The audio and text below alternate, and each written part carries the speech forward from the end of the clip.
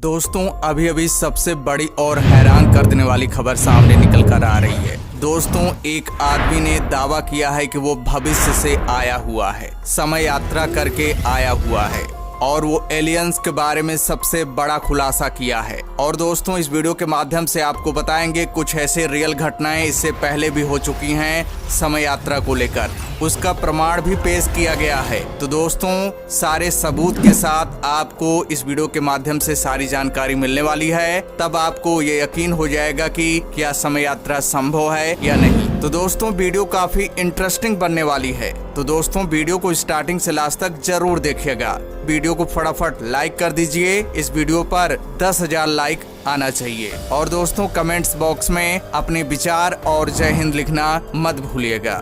दोस्तों आज तक की सबसे बड़ी पहेली बनी हुई है समय यात्रा, जिसे टाइम ट्रेवल कहते हैं।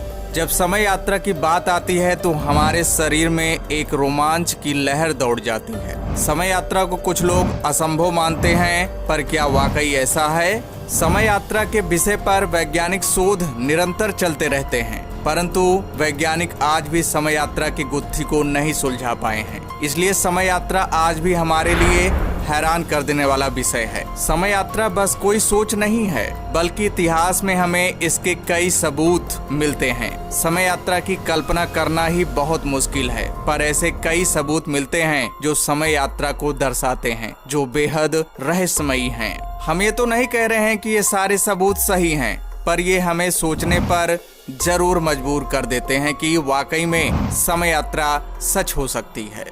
आज हम आपको समय यात्रा के कुछ रोचक घटनाएं बताएंगे।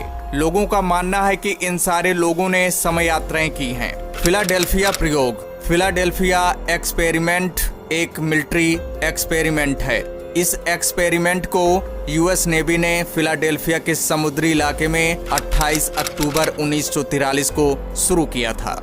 यूएस नेवी का एक लड़ाकू जहाज यूएसएस एल्ड्रिज अचानक गायब हो गया था और उसी समय ये जहाज नॉरफोल्क वर्जीनिया में देखा गया। ये प्रयोग किया जा रहा था ताकि शत्रु के रडार से जहाज को छुपाया जा सके, लेकिन इस प्रयोग के साइड इफेक्ट के कारण जहाज समय यात्रा में चला गया और उसके बाद दुनिया तब चौंक गई जब वर्जीनिया में उस जहाज को देखा गया। उस जहाज में मौजूद सभी यात्रियों के शरीर के अंग जहाज में इधर उधर ऐसे धंसे हुए थे मानो समय यात्रा के दौरान यात्रियों के शरीर के हिस्से उसमें फंस गए हों, तथा कुछ लोग जहाज से गायब भी थे जिनका पता आज तक नहीं लग पाया। दूसरा, भविष्य की सैर करके आया एक हवाई जहाज। ये भी एक रियल घटना है। ये घटना सन 1935 की है, जब air marshal sir Robert Victor Goddard ने अपने विमान हॉकर हार्ट पर एक परीक्षण किया था। जब वे स्कॉटलैंड से अपने देश की यात्रा कर रहे थे, तब उन्होंने अपने रोज के रास्ते को छोड़कर एक अनजान रास्ते पर जाने का फैसला किया। जिस रास्ते से वो जाने वाले थे वो एक बंद पड़ा हुआ एयरवेज था, जहां पे यात्रा के दौरान उन्हें एक बहुत ही भयानक तूफान का भी सामना करना पड़ा, जिस वजह से उनका विमान अनियंत्रित होकर जमीन की ओर जाने लगा।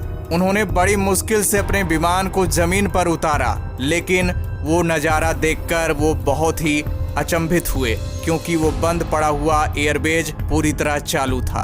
वहाँ पर 4 पीले रंग के विमान खड़े थे जो बहुत ही आधुनिक लगते थे।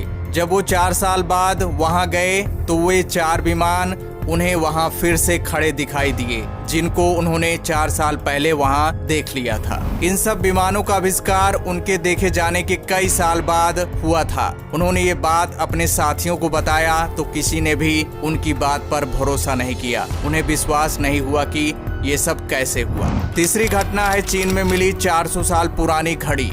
साल 2008 के दिसंबर में चीन के शोधकर्ताओं ने जब 400 साल पुराने एक पत्थर को तराशा तो उन्हें एक अंगूठी के आकार की एक घड़ी मिली, जिसमें समय 10:06 पर रुका हुआ था। ये घड़ी स्विट्जरलैंड में बनाई गई थी। घड़ी का आविष्कार तो 1777 ईस्वी में हुआ था, लेकिन ये घड़ी इतने समय पहले वहाँ कैसे पहुँची ये एक रहस्य ही है, क्योंकि 400 साल पहले तो स्विट्जरलैंड भी अस्तित्व में नहीं था। चौथी घटना है एडिडास के जूते पहने मिली 500 साल पुरानी ममी। मंगोलिया के अल्टाई पहाड़ों में गहरी गुफा में शोधकर्ताओं को एक 1500 साल पुरानी ममी मिली। लेकिन असामान्य बात उसके पैरों में जूते थे जो कि हुबहू आज के एडिडास ब्रांड के जूतों जैसे थे।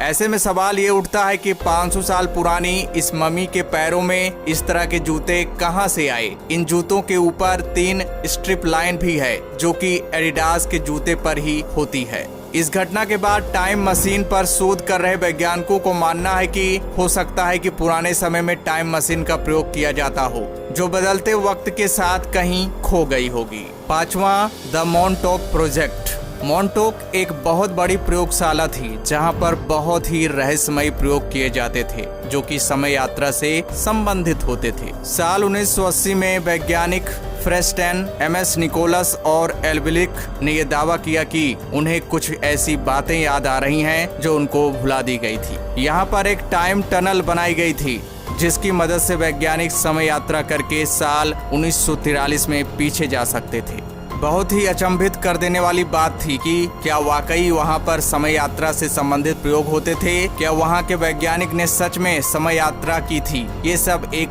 रहस्य ही है।